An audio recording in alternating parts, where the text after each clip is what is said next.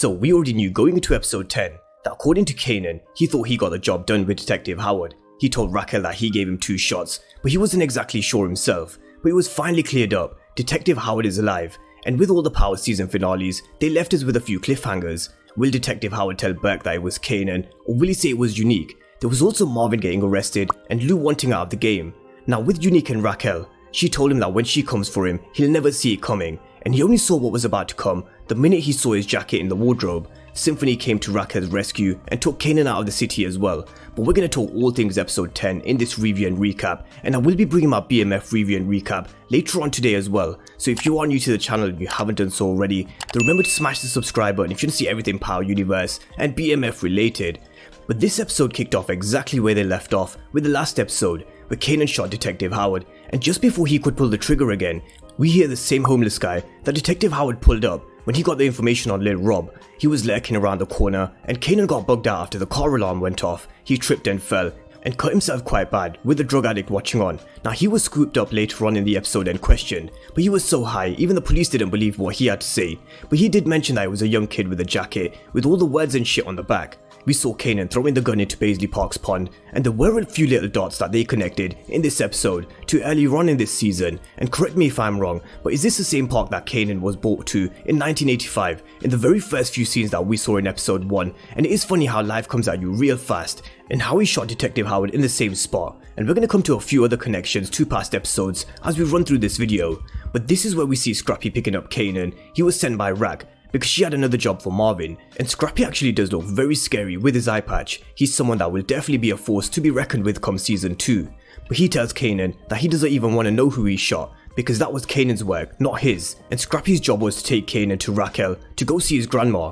But Southside was mad heated in this episode, and it was always going to be, especially when someone puts down a cop. Marvin said that 5-0 doesn't play when one of your own gets put down, and they weren't playing in this episode. They locked off the city real quick. They were pulling people off the streets, questioning people, started searching door to door, and this is where Raquel's chute came in. The minute her apartment was checked below, she sent her shit down the chute, and they were all in the clear. Marvin on the other hand, he wasn't so lucky in this episode. He was picked up by the cops with the intent to distribute because of Tony, and this is something I raised before. Symphony warned Raquel to tell Marvin that Tony can't be trusted, but with Raquel being so angry and dismissing Symphony, I asked a question, with Symphony warning her, would this go straight over her head? And it seems like it did for the first time. She didn't listen, because she clearly didn't warn Marvin about Tony or listen to what Symphony said, and it almost cost her in this episode. But she was able to call on Symphony to take Kanan out of the city because Marvin was in handcuffs. But coming back to Kanan and Scrappy, and just before Scrappy left, he told Raquel that Kanan could have brought all sorts of evidence which could link him to Scrappy,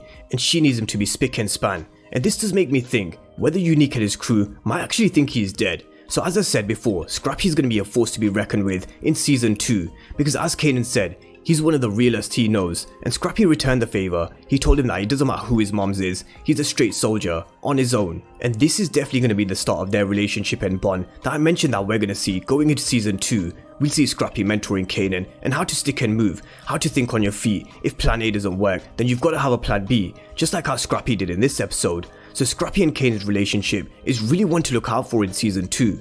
But Raquel bringing Kanan to Uncle Lou's house because they're not going to check a crime scene that they've already wrote off. This is where she cleans up Kanan, scrubs his fingernails, and questions Kanan about whether he got the job done. And Kanan tells Raquel that he gave Detective Howard 3 shots before changing his answer to 2, and there's definitely a big difference between 2 shots and 3. But this isn't the only thing that he messed up on. Although he did toss the gun into Paisley Park's pond, I don't think he walked past the bodega camera with his hood up. At least they didn't show us this if he did. So the videotape that Detective Burke took from the bodega may not have what they're looking for with Kanan walking by with Unique's jacket on. But maybe this is something he did do off screen, let's wait and see. But Kanan really did fuck up, and this is what Jukebox told Kanan later on in the episode. Kanan was taken to the bodega to keep him off the streets, and Kanan's confidence of him bragging about killing Detective Howard doesn't fool Juke. She told him to shut the fuck up with all the tough guy bullshit because she knows him better than anyone. She saw how shook up he was, and everything that he touches, he fucks up. But that's how it's supposed to be. We're supposed to make mistakes, dust your shit off, and keep being a dumbass kid. But with them it was different. It's different because they're in a grown folks world. They can't just wipe their fuck ups up because they were doing shit that was gonna stay with them forever. And Kanan just decided who he was gonna be for the rest of his life. And Kanan's life has come full circle, him shooting a cop and eventually being taken out by cops in season 5 episode 8 of Power. But as Duke said, Kanan doesn't know who he is yet, and that's what makes him so scary. But let's move on and talk about this whole setup with Unique getting arrested, because Raquel's plan worked, for the time being anyway, because we don't actually know if this evidence will stick in season 2. But Raquel comes to Unique and tells him that Howard was hit in the park, and Unique isn't stupid. He knows that hitting a cop is bad for business. He said that dead cops equals more work, and Southside was gonna burn because of Howard getting shot, and he put 2 and 2 together. He knew that Raquel was behind this, and he even said, when the time comes, she'll hit Unique and he'll never see it coming. And this is exactly what she told him at the graveyard scene in episode 2. She told Unique that when she comes at him, he'll never see it coming, which he definitely didn't. And with Raquel telling him that there was also talk on the streets about him being the one who pulled the trigger, he knew he had to lay low. He pulled his men off the streets and told everybody to keep their heads low. But while all this was going on, Raquel had to trust Marvin with one of the most important jobs of the night. He had to plant Unique's jacket in his hotel room. And first things first, why was Marvin not wearing any gloves? His fingerprints is going to be all over Unique's place, and this is something else that could go wrong with Raquel's plan.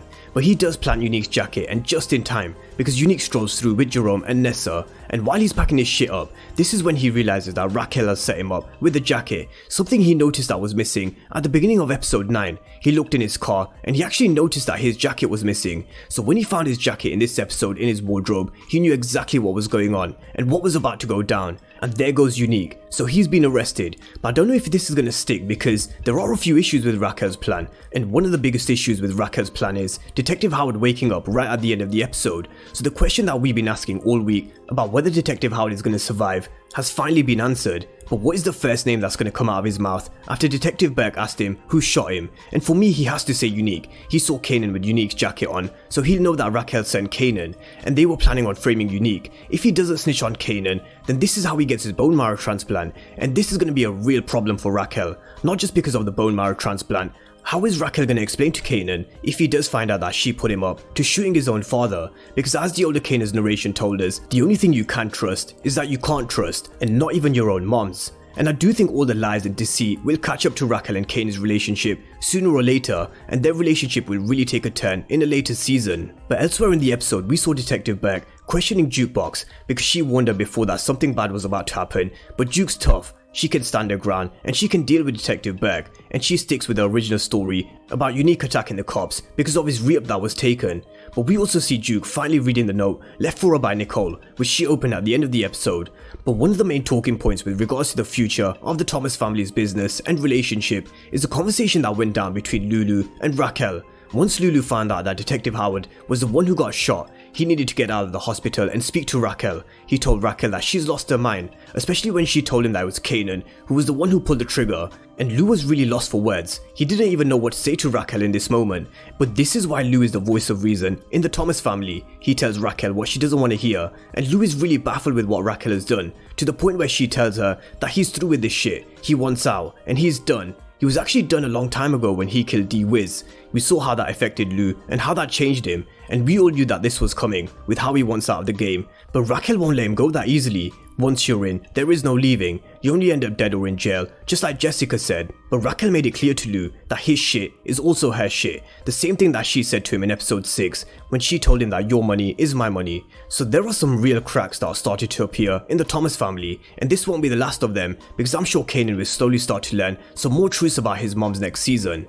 But that was episode 10 and the last and final episode of the first season, and it's been a real good first season for Raising Kanan. I've definitely enjoyed it, but we'll do a full season wrap up later on this week. But let me know what you guys think down below in the comment section with what went down in episode 10, because they have given us a few cliffhangers. Lou wanting out of the game, Marvin and Unique being arrested, and Detective Howard is alive. But who's the first name that will come out of his mouth? Will it be Kanan or will it be Unique? So drop all your thoughts and comments down below, and I will be back with my second recap later on this evening, as well as my BMF episode 1 review and recap. So if you haven't done so already, then remember to smash the subscribe button if you want to see everything Power Universe and BMF related. But as always, thank you guys for watching, and I'll see you next time.